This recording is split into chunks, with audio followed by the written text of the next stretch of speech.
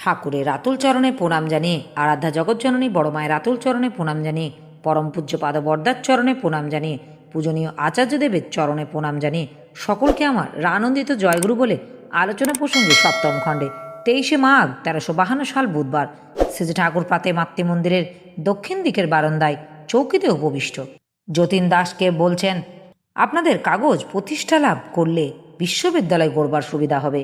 তার সঙ্গে চাই বই লেখা, এক বিরাট সৎসঙ্গ সাহিত্য সৃষ্টি করা এবং নতুনভাবে সিনেমা চালিয়ে দেওয়া। 300 কর্মী থাকবে ওগুলি বজায় রাখার জন্য। প্রকৃত ঈশ্বরকোটি পুরুষ না হলে এ কাজ ঠিকভাবে করতে পারবে না। তেমন ধরো কর্মী যে, আমি তাকে মহাপুরুষ কই। 306 জন চাই, চালাক 6 জন আর বাকি 300 জন উপযুক্ত মানুষ জোগাড় করেন, তাহলে দেখবেন সব জঞ্জাল সাফ করে দেওয়া যাবে। আমার এই আলোচনা প্রসঙ্গে কিছু ভুল ত্রুটি হয়ে থাকলে আপনারা আমায় ক্ষমা করবেন।